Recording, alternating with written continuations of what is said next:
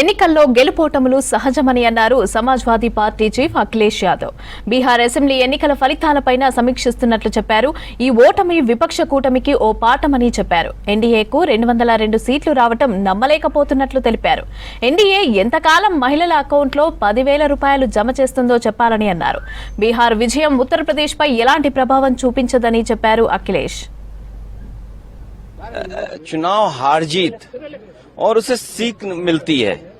आप पॉपुलर हो सकते हैं, आपको वोट ज्यादा मिलेगा, लेकिन बीजेपी की जो मशीनरी है, बीजेपी का जो काम करने का तरीका है, बीजेपी जिन इश्यूज को लेकर के ग्रास रूट तक जाते हैं, मान लीजिए उन्होंने अब ये कहना शुरू किया है कि महिलाओं ने बहुत उन्हें वोट दिया है, विमेन वोट ज्यादा मिला है उनको, ये तो बताया जा सकता है, लेकिन आप 10,000 रुपए कब तक देंगे?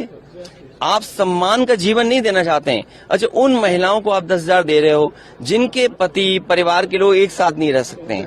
देखिए, दुख की बात यह है कि बिहार यूपी वो स्टेट है जहां के सबसे ज्यादा लोग बाहर जाते हैं, वो अपने परिवार को छोड़ के जाते हैं। परिवार के साथ परिवार की तरह रहें, उसके लिए सरकार काम नहीं कर रही है। बस 10,000 रुपए देकर के वोट ले लिया, बाद में जैसे और स्टेटों में इन्होंने किया है कि नंबर्स कम कर देना है, बाद में नियम बना देंगे, रूल्स बना देंगे, बाद में पता लगा कि उतनी हमारी माता बहनों को मदद नहीं मिल रही। 202 डबल सेंचुरी हजम नहीं हो रहा। I am not able to understand कि भाई ये रिजल्ट कैसे, अगर 202 आ सकते हैं तो जिस स्टेट में ज्यादा सीटें हैं, तो अगर 70% 80% सीटें कोई पॉलिटिकल पार्टी जीत सकती है, तो दूसरी पॉलिटिकल पार्टी भी 90% लोगों के साथ काम करके 90% लोगों के साथ काम कर करके मैं समझता हूं उनसे बेहतर परफॉर्म कर सकते हैं। क्योंकि अगर ये बेंचमार्क है तो इस बेंचमार्क को तो क्रॉस करना ही करना है हमें।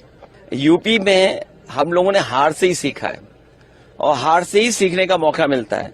जब आप बिल्कुल नीचे पहुंच जाते हैं तब आपको लगता है कि वो ऊंचाई पर कैसे पहुंचे हैं। हम हारे थे, मुझे याद है हमें 5 सीट मिली थी, मैं सरकार नहीं बना पाया, और उसके बाद डबल इंजन, उन दोनों डबल इंजनों को हमने हराया और ऐसी ऐसी सीटें वो हारे हैं, अभी भी शायद वो कल्पना नहीं कर सकते। अभी बिहार की जीत यूपी की जीत को बराबरी नहीं कर सकता। यूपी की जीत अलग जीत है, बिहार की जीत अलग जीत है। आप बिहार जीत सकते हैं, लेकिन यूपी की जो हार हुई है उसको अभी हार में जीत में बदलने में समय है। उसके लिए हम लोग तैयार हैं। असेंबली इलेक्शन बहुत दूर नहीं, उसके लिए हम लोग तैयार हैं।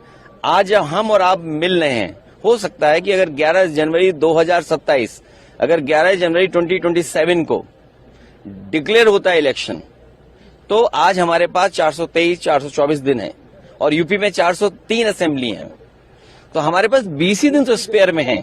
तो 20 ही दिन स्पेयर में, बाकी तो हमें काम ही करना।